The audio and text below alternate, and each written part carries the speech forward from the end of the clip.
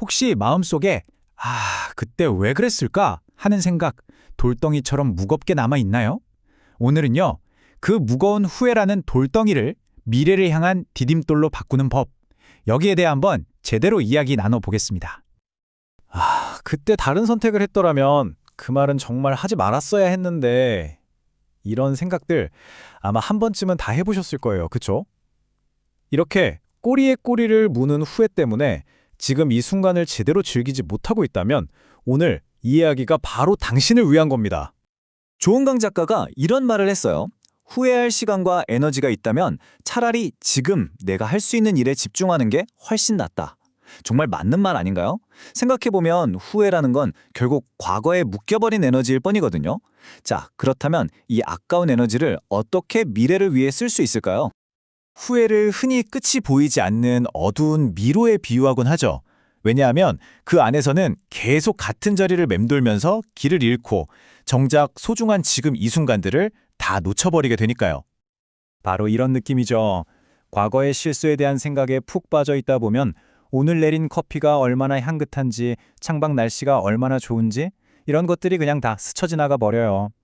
그러니까 후회는 우리도 모르는 사이에 소중한 현재를 훔쳐가는 그런 보이지 않는 도둑 같은 거예요. 그럼 과거를 돌아보는 건 다 나쁜 건가? 아니요. 그건 아닙니다. 여기서 우리가 아주 중요하게 구분해야 할 게 있어요. 바로 파괴적인 후회와 건설적인 반성의 차이입니다. 똑같이 과거를 돌아보더라도 그게 나를 가두는 감옥이 될 수도 있고 나를 성장시키는 교실이 될 수도 있다는 거죠. 이 차이를 한번 보세요. 후회는 어떻게 하면서 감정에 빠져 허우적대는 거라면 반성은 내가 여기서 뭘 배울 수 있지? 하고 이성적으로 차분히 생각해 보는 거예요. 결과는 완전히 다르죠?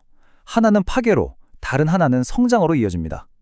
지금 여러분에게 과거는 감옥인가요? 아니면 교실인가요?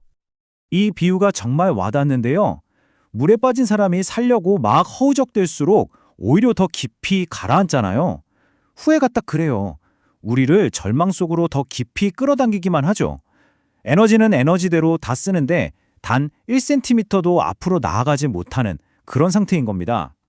반면에 반성은 이런 모습이죠. 정원사가 식물이 더 잘 자라게 하려고 시든 가지를 정확히 보고 잘라내잖아요.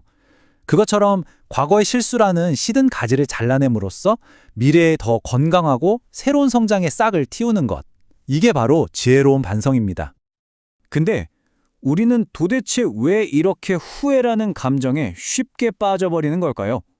여러 이유가 있겠지만 그 뿌리 깊은 원인 중 하나가 바로 완벽주의의 덫이라는 것에 있습니다. 우리 마음속엔 누구나 실수 없는 완벽한 삶을 살고 싶다는 그런 욕망이 있잖아요. 근데 현실은 어때요? 완벽한 사람은 세상에 없죠. 바로 이 완벽이라는 비현실적인 기준 때문에 사실 별거 아닌 작은 실수 하나가 엄청나게 큰 후회로 부풀려지는 겁니다. 그래서 진짜 중요한 건 이거예요. 넘어지는 것 자체를 두려워해서 아무것도 안 하는 게 아니라 설령 넘어졌더라도 다시 툭툭 털고 일어서는 것. 이 회복 탄력성이야말로 우리를 성장시키는 진짜 힘입니다.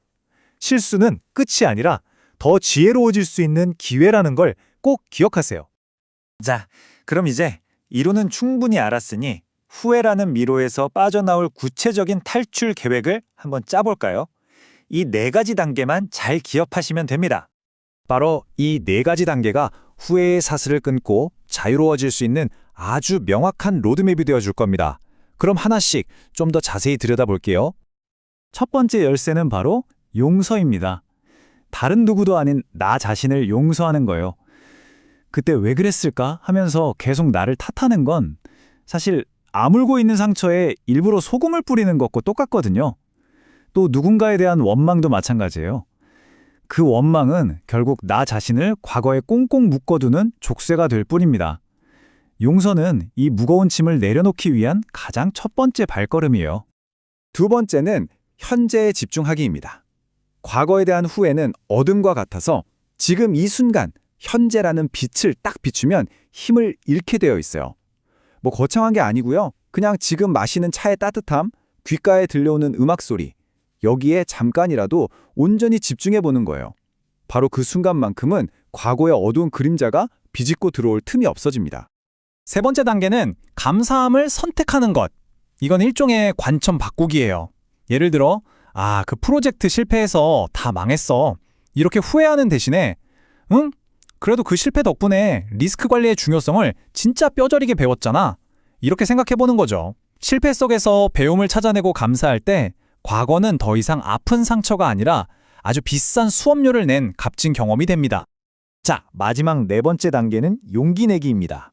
솔직히 과거의 실패에 갇혀 있는 게 어쩌면 더 안전하게 느껴질 수도 있어요. 왜냐면 더 이상 새로운 실패를 할 일이 없으니까요. 하지만 그건 성장에 멈춰버린 정체의 늪일 뿐입니다. 진짜 용기는 과거를 디딤돌로 삼아서 불확실한 미래라도 괜찮아, 가보자 하면서 다음 한 걸음을 내리는 것, 바로 그겁니다.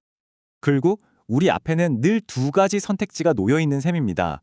계속해서 뒤만 돌아보면서 후회 속에 살 것인가, 아니면 이제 앞을 바라보면서 희망을 향해 나아갈 것인가.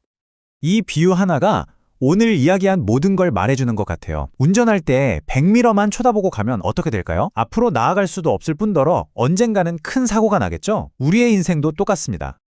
이 구절이 오늘 우리가 나눈 이야기의 완벽한 요약이 아닐까 싶어요. 뒤에 있는 것은 잊어버리고 앞에 있는 것을 잡기 위해 목표를 향해 달려가는 것. 이것이야말로 후회를 넘어서 희망으로 나아가는 진짜 방법입니다. 자, 이제 여러분의 차례입니다. 이 질문을 스스로에게 한번 꼭 던져보셨으면 좋겠어요.